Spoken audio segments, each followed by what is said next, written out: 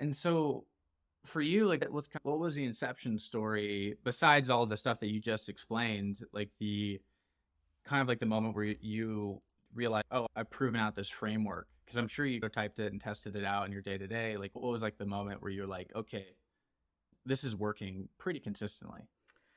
The benefits were immediate. Even the reason that this all started is because the CNN election results project worked. It was a success. It was a success against a lot of odds. And I was asked to speak about that and say, what made this a success? And so then I had to reflect and think, oh, what are and I had these 5 things that I mentioned. I called the talk the simplicity imperative.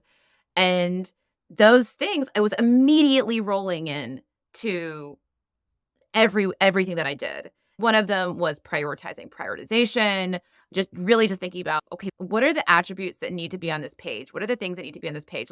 Before we start getting into design, let's just figure out like what is high priority and what is low priority. Can we just do that? Because I want to keep that prioritization consistent as a thing shows up across various contexts. So with CNN, it could be a candidate. Okay. So if I say first name and last name is the most important and probably party is most important, that prioritization should likely change as a candidate shows up in various contexts. If I do want to change that prioritization for context, then I want to be really intentional about it. So things like that, things like reduce the number of moving parts. These have changed. These have evolved into this language that we use in OUX where we talk about shapeshifters and masked objects. So a masked object is 2 different objects that are wearing the exact same outfit. You see this in cards, the homepage card, and anything can go in the homepage card.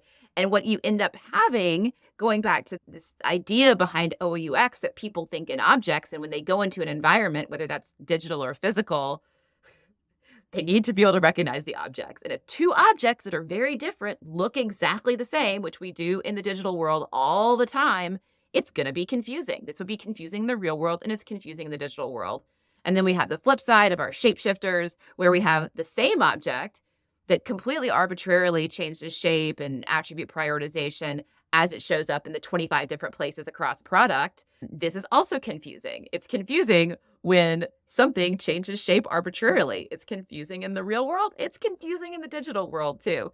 So like, I didn't have names for those back then, but I was immediately starting to try to avoid those shapeshifters and those masked objects. We also talk about isolated objects where 2 things are connected through the mental model. 2 things are connected in just truth of the world, and yet they are not connected in the digital world. Sandra Eby just did a great article. I just posted it. It's on LinkedIn. And she was basically analyzing the Denver Zoo's website for all of these shapeshifters, masked objects. We also have broken objects and isolated objects. And I loved her example of isolated objects. So to give just an example of kind of the thinking behind OUX, I'll use the Denver Zoo because it's a great example. So really any zoo has animals, penguins being an instance of an animal, lions being an instance of an animal. And we've got some instances, penguins, lions, tigers, bears.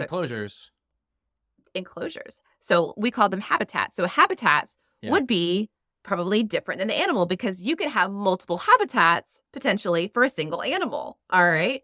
You could also have demos. So demos are events. This is where we're going to feed the pangolin or something like that, or feed the lion. That's going to be fun.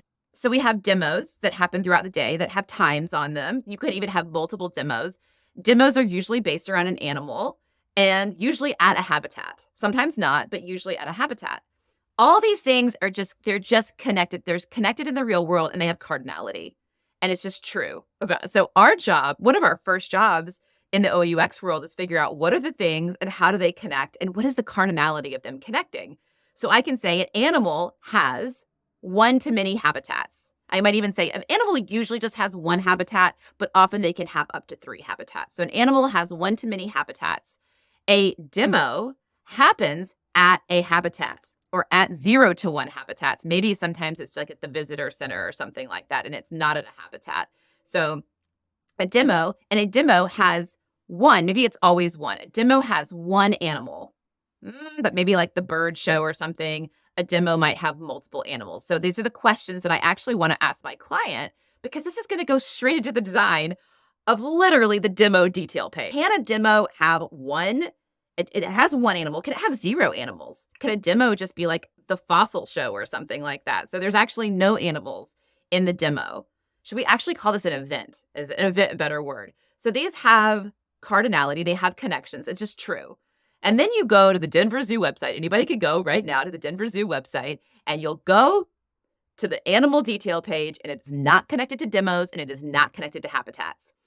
None of these things are actually connected. They're all completely isolated from each other.